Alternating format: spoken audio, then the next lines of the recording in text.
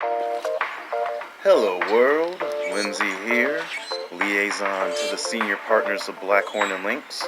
Let's play CyberHyve.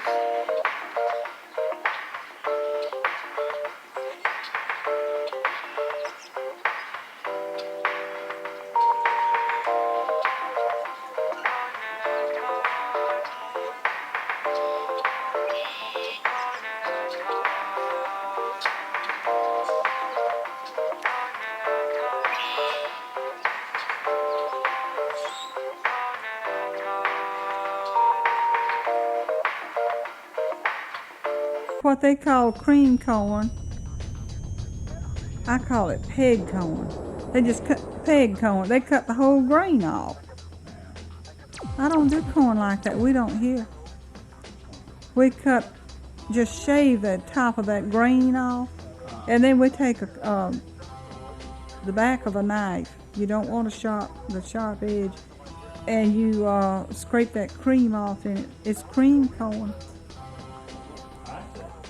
And cream corn, sliced tomatoes, and fried chicken and hot biscuit. Now that is another typical Southern meal. And that would you cook that? That might be everyday food. That's everyday food. You cook that anytime. But it's always better if you cream it.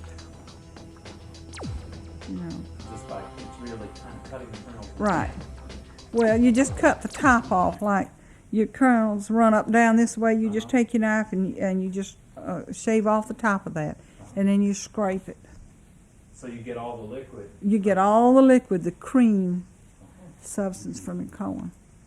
And it's fattening, but it is delicious. What isn't? Right, if it's good, it's fattening. Oh, that's for sure. That's my trouble. I shouldn't be doing this food survey. It keeps making me hungry here. I go out and eat dinner. Now I'll tell you another good dish, getting back to okra and corn now. You take okra, corn, tomatoes, and onion, and just stew that up. Of course, you can stew just the okra and tomatoes.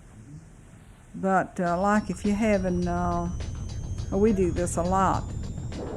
If we're having peas or butter beans, and we have a little of the corn left over, we'll throw it in with some tomatoes and stuff, you know. And it's, oh boy, that's good. So you have that sort of stewed together? Right. Is the thing of that as a vegetable or as a soup? Well, it's a vegetable, but you can go on and add to it and make soup. But it's for a change, it's really good. So many different kinds of food. Let me go back again to the meals and thinking again about all these meals. Did you say prayers or grace at every meal? Oh, yes. Breakfast, lunch, and right. breakfast, dinner, supper. Who would say that? Was that your father? The man of the house. The man of the house. Did he have a regular grace that he would use over and over? Not especially. He would No. Speak from his heart every time. Speak from his heart every time. Most of them did. And then, well, let me see. I think we started talking about what a typical meal is like. I really wanted to get a description of every kind of meal, a typical one. So I think you started to say what a typical breakfast would be. Well, it's usually bacon. Woo. It's bacon and eggs, or sausage and eggs, a ham and red gravy, red eye gravy, That's where you fry your ham and you pour the bacon, the drippings off, and you'll have a brown paste-like substance left in your pan. Take a little bit of coffee. Most all of the Southern people would have the coffee going in anyway pot. So you pick up your coffee pot, pour a little bit of coffee in there, and let it simmer a minute, and then you add some water to it, and that's red eye gravy. That's especially good with grits. Red eye gravy and grits and hot biscuit. Or pour it over your biscuit. Mother and Dad used to open their biscuit up, and pour that red eye gravy over it. I have ham, cured ham. Oh. Did you ever make tomato gravy? Oh, yes. So how would you make that?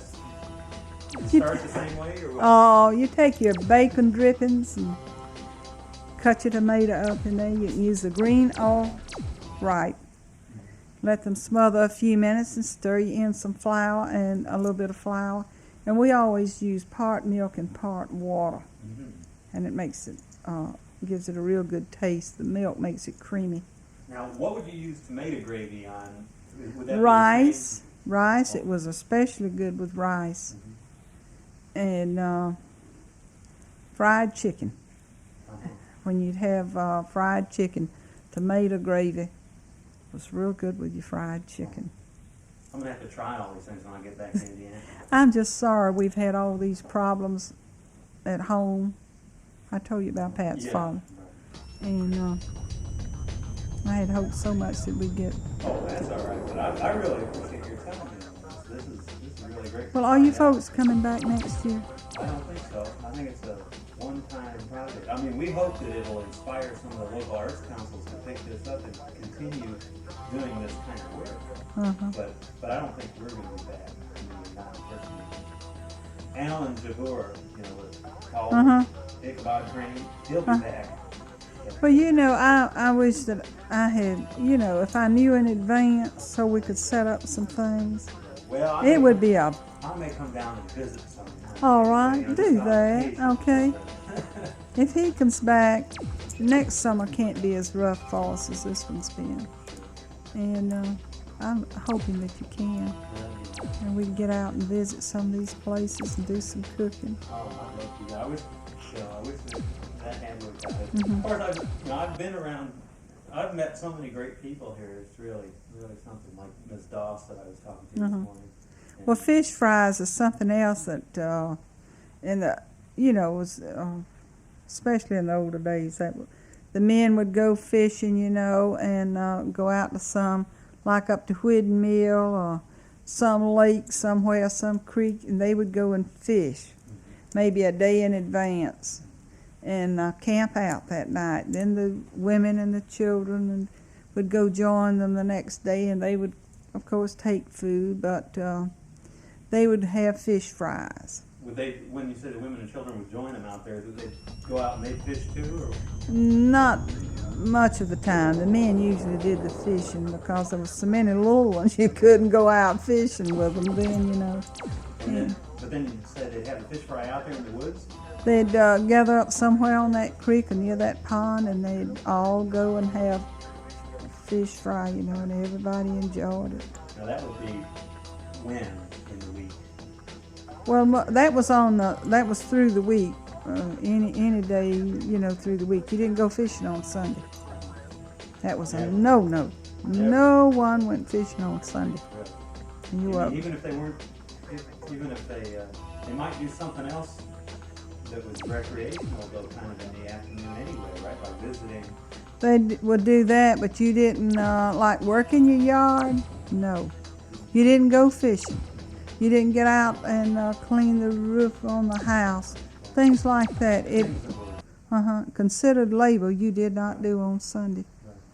That was a day for worship and visiting friends and family. So you might have a fish fry on any day of the week? Any day of the week.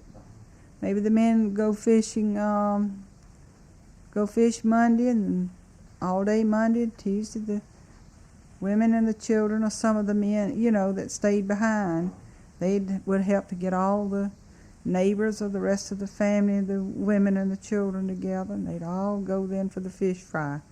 Big celebration that day. Now, what would you have at a fish fry? You know, just all the rest of it. Well, the ladies usually would prepare a vegetable, but you didn't have a variety of food at a fish fry. Not too many desserts. So not like a dinner on the ground? Oh, no. You didn't have too many desserts. It was mostly your cornbread and your fish and grits or rice, something like that. And maybe they would take some peas or butter beans, whatever. As I said, it depended on what was in season. And most of the time they did their fishing during the spring and summer. They didn't do a lot of it during the winter months. And something else that was always fascinating to me was the molding of butter. Was what? Molding butter. Really? They'd churn that butter, and they took a great pride in molding it. And the mold would be, some of them round, some square, and they'd have little designs on the top, and they'd press and work with that butter, you know, and get it pressed into that mold, and then it would turn out so pretty.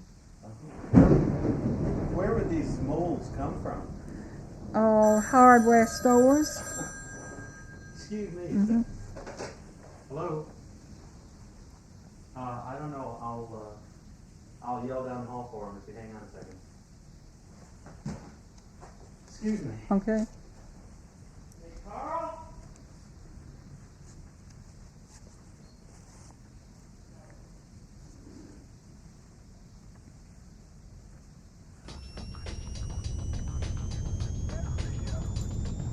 I'm sorry. That's okay. It'll be a few minutes. He's on the phone, but he'll be here, I guess. All right.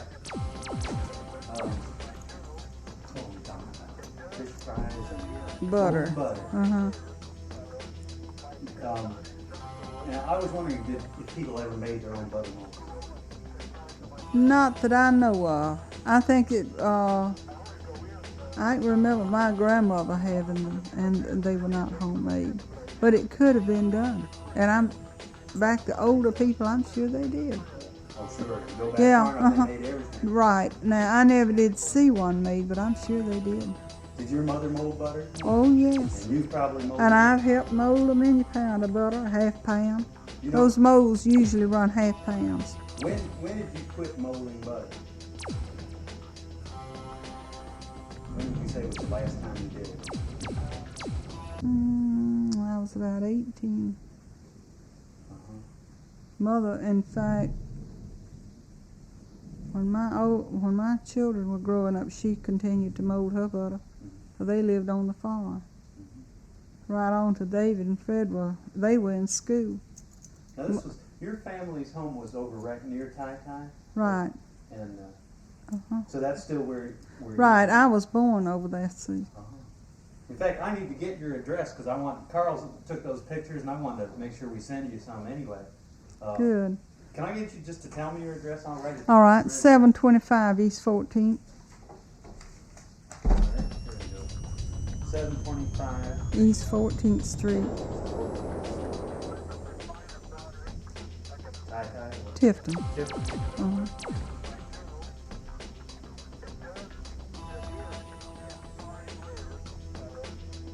I'll tell you, Tai Tai and Tifton's just about joined now. But I can remember when it was a distance from Tifton, or from Tai Tai to Tifton. If you came to Tifton, you had been somewhere. And back those days, we had a train that went through here about, every day. And Take the train maybe? you take the train. People get on the train. Fitzgerald was the big railroad town through here. And oh man, to ride from Fitzgerald to Sylvester on the train, you had done so. Did you do that several times? Oh, I did that when I was growing up. We used to have a little stop out here for ABAC. Stop for ABAC. I stopped for ABAC when we just had men out here. It was A&M then. Right, sure. And even when the first girls came here, the first time it was co-ed, Uh-huh. they'd put them off out front there on the train. People didn't have cars. Uh-huh. They depended on that train. They'd put the girls in their trunks on the train, send them over here to school. When you were growing up in Tai Tai, what kinds of things would make you come to Tifton? What would you come to Tifton for? Well, we had more stores here. So you might come to shop. You might come to shop, and then of course the theater. Later on in life, in the 30s, we had a movie come to Tifton, and so we'd come over to Tifton to the movies. But that was a rare occasion. Once every couple months? Maybe sometimes, maybe 2-3 times a year. Oh, You just like I said, we just did not travel. You found your recreation and your friends at home. in the community where you live. People just didn't get out and venture out like they do now. So the reason so much of this food stuff is family food ways because of that all the time. Right, because you were with your family. You didn't go out to eat. You didn't take the children around the corner to get a hamburger or put Johnny and Sue on the bike and say, hey, go get your hamburger, I'm going so-and-so. You didn't do that. Well, there must have been some restaurants somewhere, weren't there? A few, very Like, few. Where were there restaurants? Were there Well, any we Thai used to houses? have, not Thai, we used to have one in Tifton. Let's see, it was down there where the jewelry store was at now, where Central Jewelry is at. Oh, yeah. Ponciana. That was a famous restaurant in Tifton. And then the Byron. Uh-huh. Now that's an old restaurant. Yeah, they're still there. We've been over Right. And Langford Manor. Now I can remember when that was a very popular place. there. Mhm. Back when Mr. Langford's mother started running that place, it was one of the elite places in Tifton. Still seems like a great place. Well, the food, I had lunch there today and the food is good, but nothing but the social climbers. It was more and prominent people in Tifton. That was their gathering place. Uh-huh. Let's see. That's a great place. I think we've probably eaten 40% of our meals over there. Well, you can't beat the food, you can't beat the price.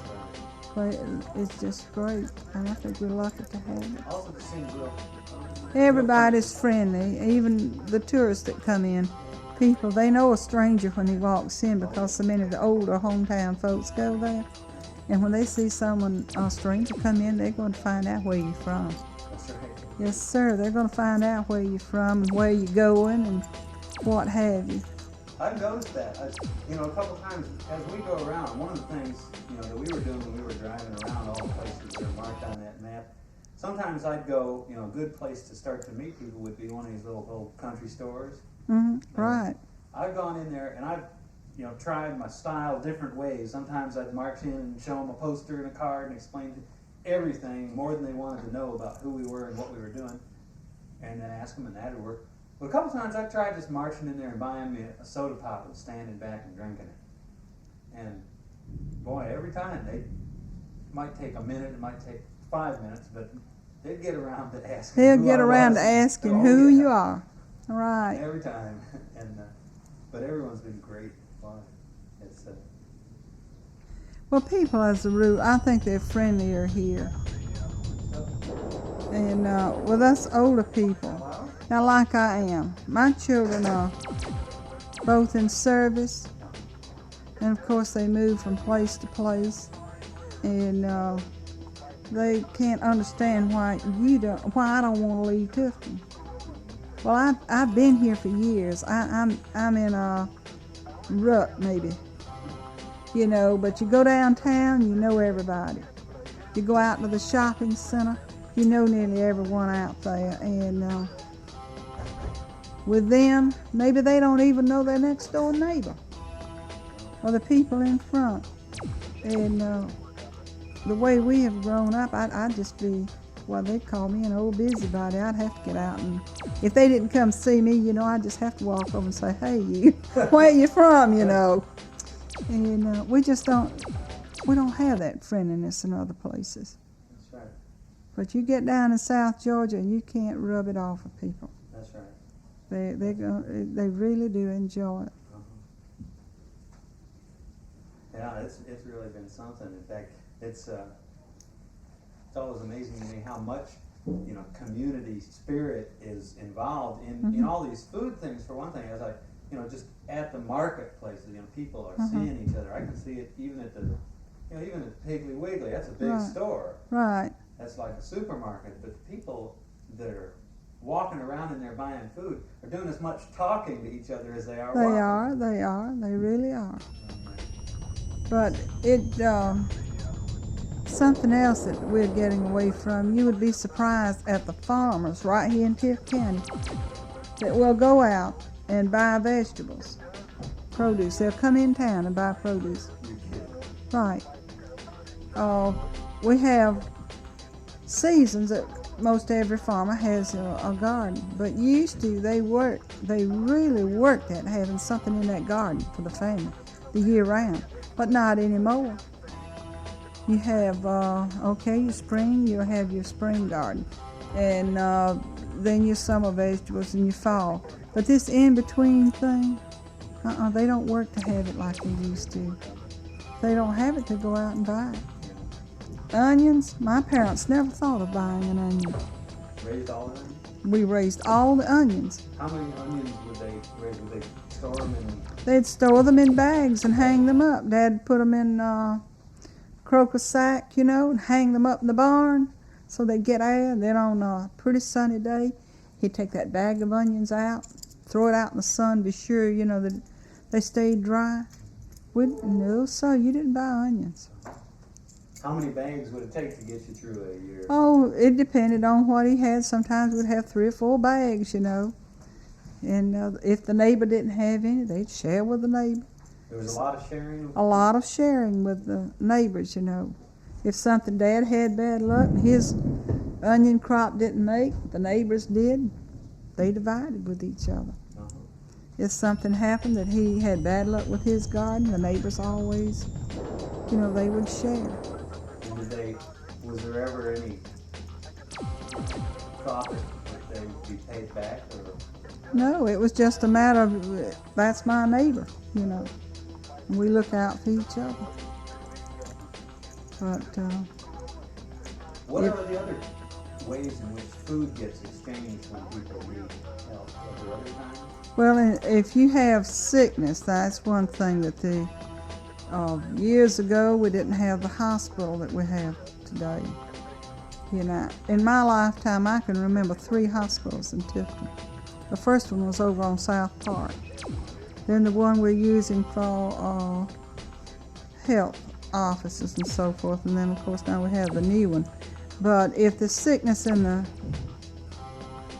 among the neighbors, they prepare food and take dishes, and take. Now, who will prepare food if your neighbor is sick? Well, like if it's my neighbor or if it's just a friend, I might live way across town.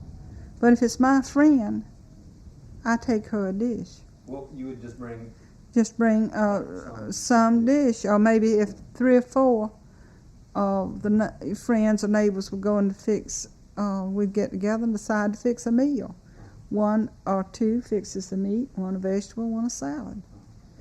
And you take it over, But they're real good about that. And then, of course, if you have a death in the family, they always take care of that. They'll take care of the rest of the family? Right. They take in food for a couple of days. Usually about 2 days? It usually runs 2 days. And now, if for those sorts of things, if there's someone sick or if there's a death in the family and people bring in food, do they make any effort to bring something special or something different, or what sorts of food do they bring? Well, nowadays, the different classes, or like in a Sunday school class or clubs, you get together and you plan this menu like. And one group will fix, like I said, they'll fix a meat, and another one vegetables, and another dessert. And then the ladies that are working, we do this a lot. If you are running a close schedule or something and can't cook, you take breakfast food like eggs, bacon, or coffee. 2, 3 will get together and they'll take maybe 2, 3 pounds of bacon, a couple of dozen eggs, and a pound of coffee, and some bread, and things like that. But they are, like I said, you just couldn't beat the hospitality and kindness that you have through here. That's true. That's for sure. I know about 3 years ago, I was in Pennsylvania visiting a sister, and a neighbor of hers down the street had died. Well, I thought, dumb me, I thought, well, sister's not going because I'm here. And I had heard her speak of this neighbor often, and so I mentioned it to her. I said, now, don't sit here just because I'm here. I think you ought to go down and see about your neighbor. She says, oh, we don't do it that way here. And I said, oh, it stunned me, I said, what in the world do you mean? She said, well, you go if you're invited.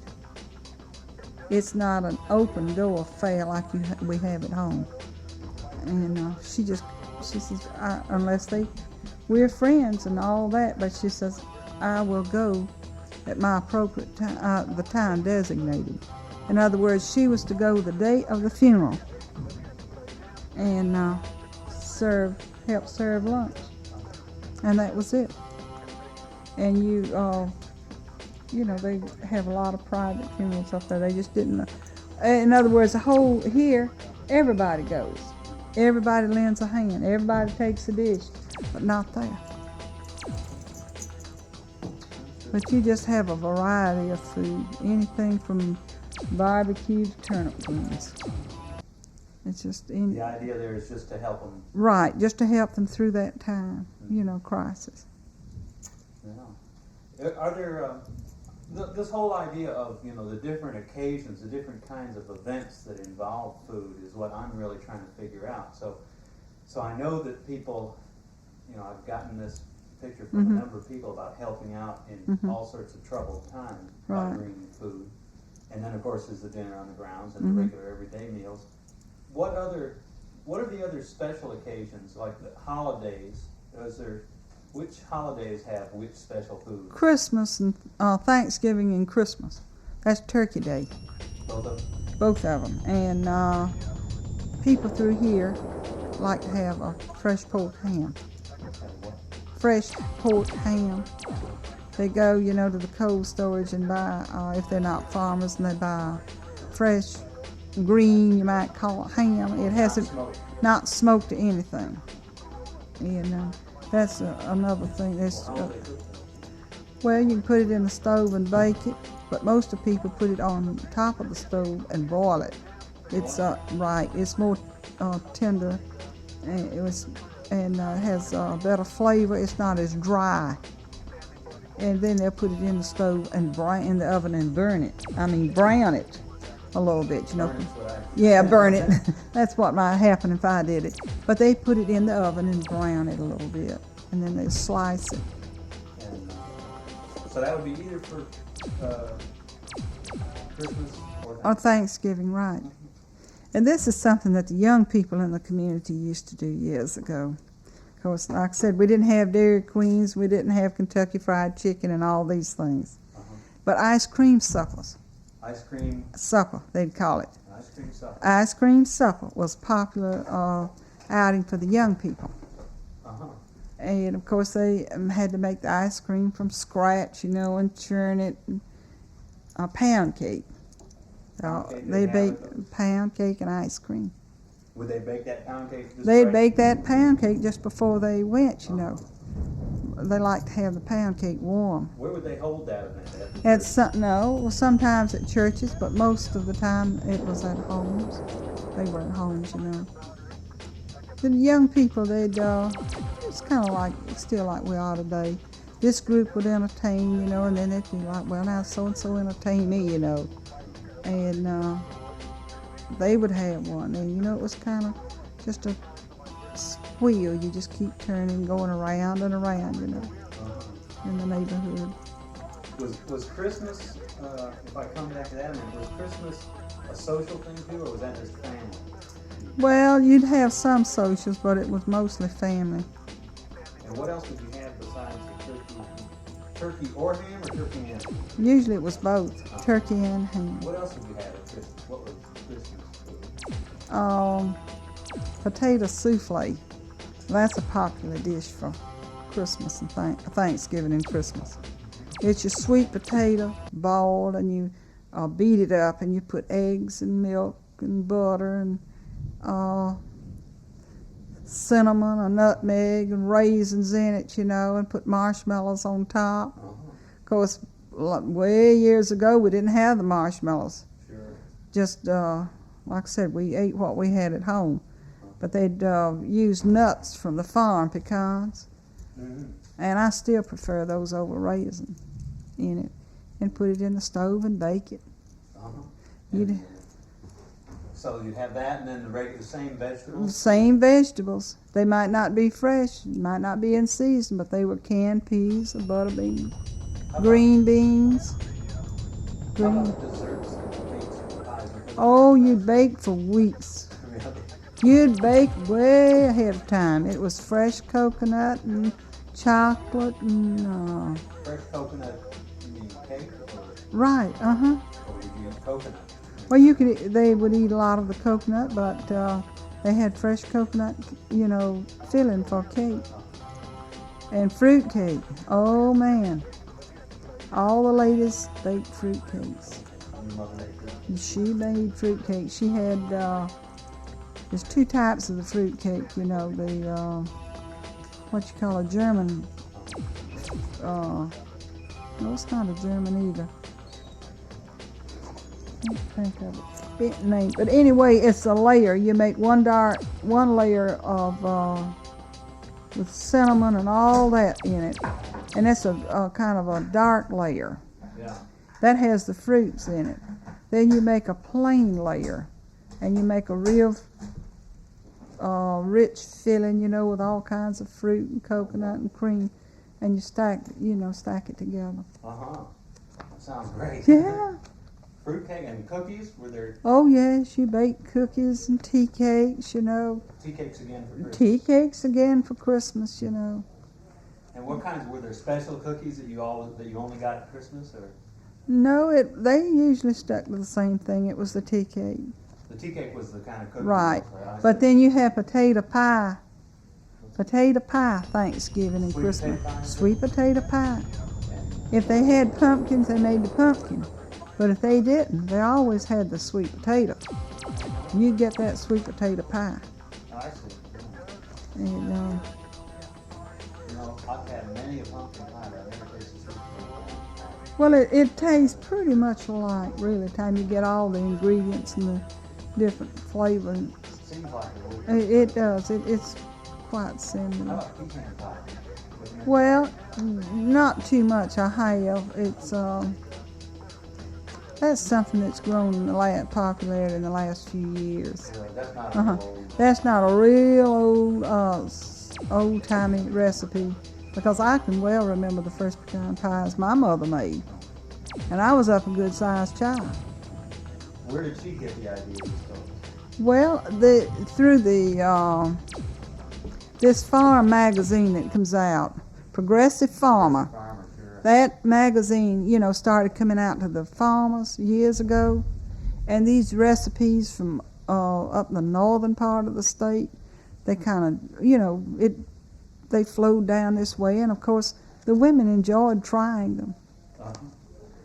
And Sure. something else that they used to make occasionally, hominy. Hominy. Hominy. Uh-huh. You ever eaten hominy? I've eaten a little bit of hominy. I don't care for hominy. Didn't seem to me like it had much That's for flavor. horses. But I've seen Mother make hominy in a wash pot. Big pot, and just cook and stir and stir. So she'd make a lot of that. And then Oh yeah, can it up. And watermelon, seeing this watermelon over here makes me. Did you ever hear any stories like that? Any tall lies, tall tales? I Tell us a couple. know. Can't get them.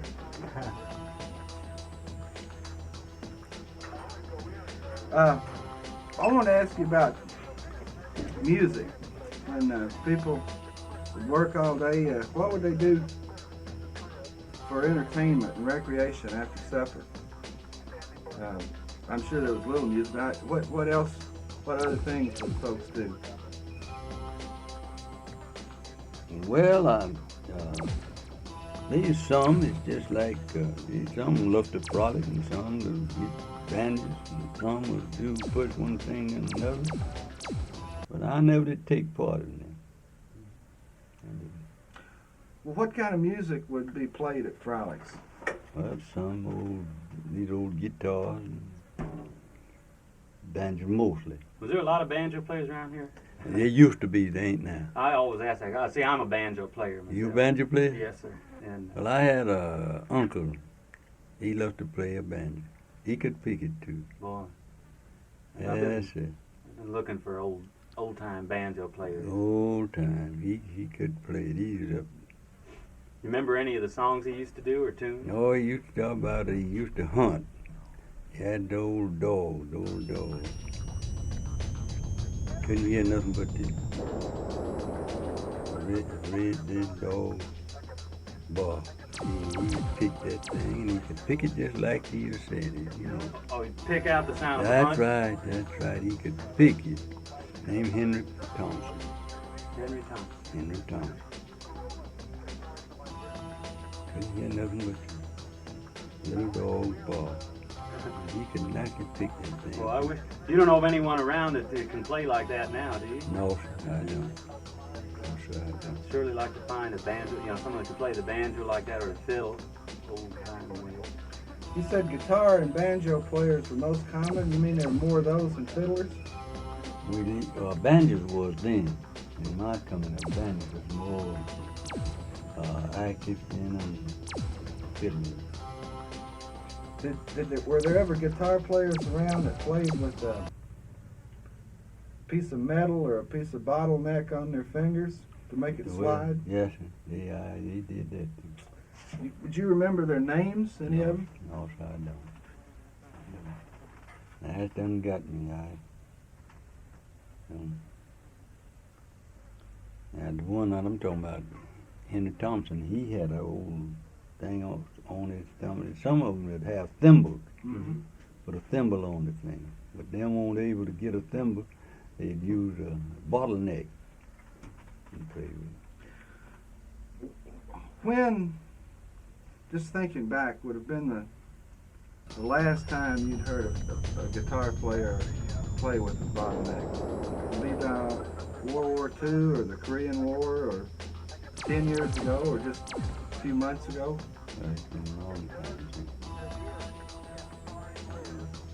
I ain't seen nobody play a guitar.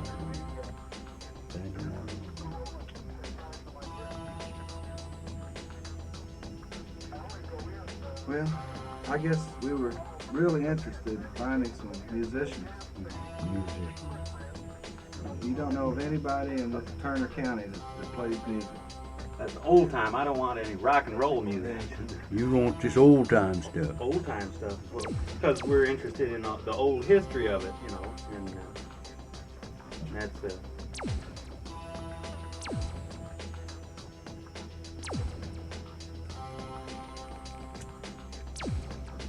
Well, if I'd have had it a day or two sooner and known about it, I could have had you somebody. But I can't think about it right now. either way. But we'll find. We'll keep asking. We found a few, but it seems like there's somebody now. There's somebody on the low end ought to know about it down here around Sycanita. Somebody ought to know about them banjo pickers down there. Sycanita, is that on 41 or is that? That's right on this same 41 right here, right down there. You're right below the county line. County line. Down here. Before you get to Chile. Yes. Before you get to Sun. You know what that well Sun Suite is right down there below the county line. You get that where the store is. And then the next the highway used to go around this way. And there's a store sitting right there in the neck of it now. The railroad go this way, the highway go this way. And the store sitting right there in the corner. That's Mr. Bailey's sister's daughter that runs that store. And they would know about musicians? No, they wouldn't know. Satisfied they wouldn't. But anyhow, you all could get in some of them old folks, them colored folks there that they might know about them, that kind of stuff. Great. The fellow in Chile was telling me about a man who his name was Luke. Luke Forehand? Well, I think his last name was Luke. But he played guitar. He was in his 40s. In his 40s, Luke. And he played. This wasn't over 5 years ago, and he played with the bottleneck, but he's dead now. Did you ever? That's Luke Forehand. Luke Forehand? Yes. Did you ever hear him play? I know he played, but I didn't ever be around him very much. Would you happen to know how he learned how to play the guitar? No, sir, I don't. that was a story in itself. There's a man who works there at T.C. Davis Superette grocery there in Chula.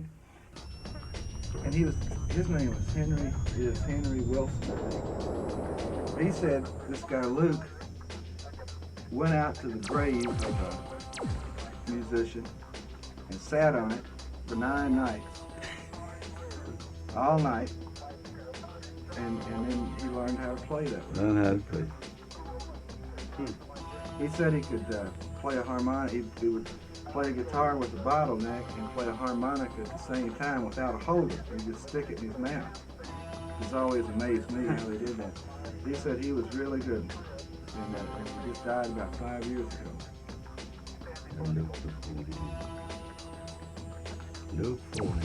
Luke Forehand. Well, I wish he was still around. He said he played in the old time way. Blues. You don't imagine there are any blues players left down here? No, sir, I don't. No, sir, I don't.